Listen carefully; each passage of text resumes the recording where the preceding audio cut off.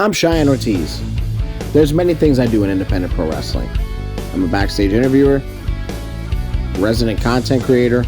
I'm best known for doing commentary for Ace Pro Wrestling and a slew of other promotions in the tri-state area.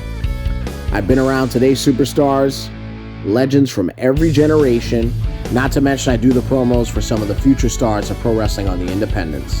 Hey, there's Nunzio. Not to mention the most beautiful women in the world and the legalized silverback himself, Danny Moff.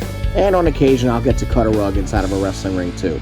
But there's something that I hadn't done.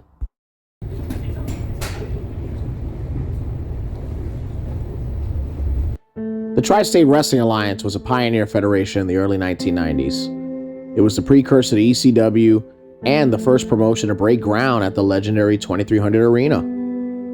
But like many of us, I knew it for one thing. The home base of the renegade promotion of the 1990s, Eastern Championship Wrestling, eventually Extreme Championship Wrestling, ECW. I was honored just to be there. Is that Reagan and GW Sr.? This wasn't just a swan song. This wasn't just a one-night stand. This was closure. Joel Goodhart, famed wrestling promoter and leader of wrestling radio in the early 1990s, wanted closure for his beloved TWA. He wanted a final show, and he was going to do it at the place where it all started. On top of all the other cool things I'm privileged to do, I'm also the current president of the East Coast Wrestling Association, the longest running independent professional wrestling organization in the world. And listen, between us, that job might be the hardest. I have to make the tough decisions that wrestlers and fans alike don't always agree with. I have to help make sure that the locker room is in order, and whatever else falls on my plate on a day-to-day basis. Plus, I have very strange entrance music. But the main thing is that I make sure the fans have a great product every time they come to the ECWA. So on Saturday, May 3rd, the TWA was having their one and done show at the 2300 Arena. However, ECWA was going to be represented. How so? In conjunction with Mr. Joel Goodhart, we agreed that the Legacy title would be put on the line. And due to the conundrum that is the current Legacy title division, if you will, I had no choice but to book a four-way matchup to represent the ECWA. With some of the finest athletes that we have to offer, some of the finest athletes in the world. As the acting president of the ECWA, I had to make sure we were represented in the highest regard in such a historical show, in such a historical building. I arrived at the building, and I had to take it all in. This was the place of so many historic wrestling moments that I saw with my own eyes growing up as a kid. All I could think about is all the outsiders of pro wrestling that say the things about how easy it is to do it and what we do. But it's a team.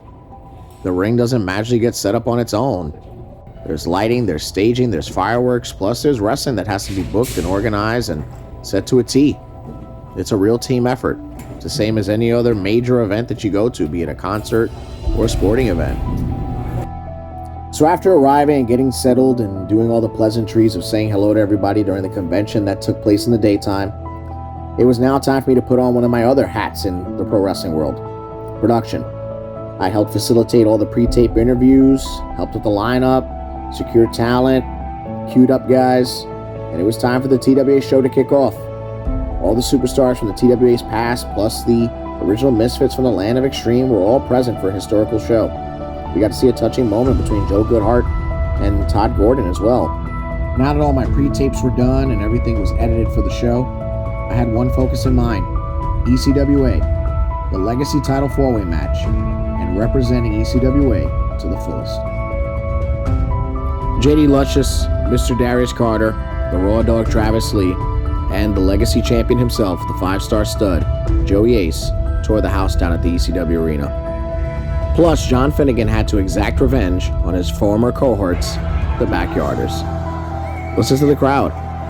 These guys maximize their minutes in one of the biggest platforms you can ever get in pro wrestling.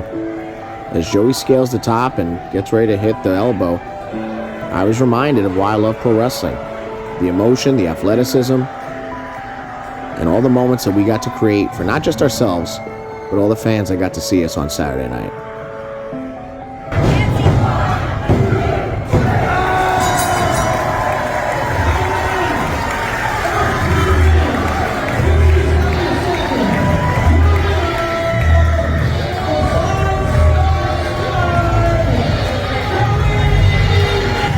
had the best seat in the house to see 4 of the best wrestlers in the world maximize their minutes and tear the house down in the ECW arena.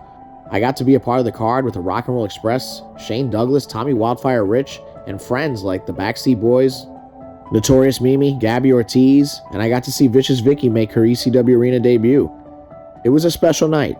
It was a friendly reminder of why we do what we do, the miles we travel, the things we put our bodies through, because we love pro wrestling. The way you regale your favorite sports team, actor, or hobby, that's how I feel. Pro wrestling, there's nothing like it. The famed wall, located inside of the bingo hall, the arena. A true pillar of my wrestling fandom. I felt compelled to sign it along with other wrestling legends, juggernaut-sized fans, and passionate enthusiasts of pro wrestling. It was my reward. It was my payday. Woo! I hear guys say all the time that they're worried about pro wrestling not loving them back. That's not what I'm afraid of. I'm afraid of the day I don't love it anymore. But truth be told, I don't see that happening anytime soon.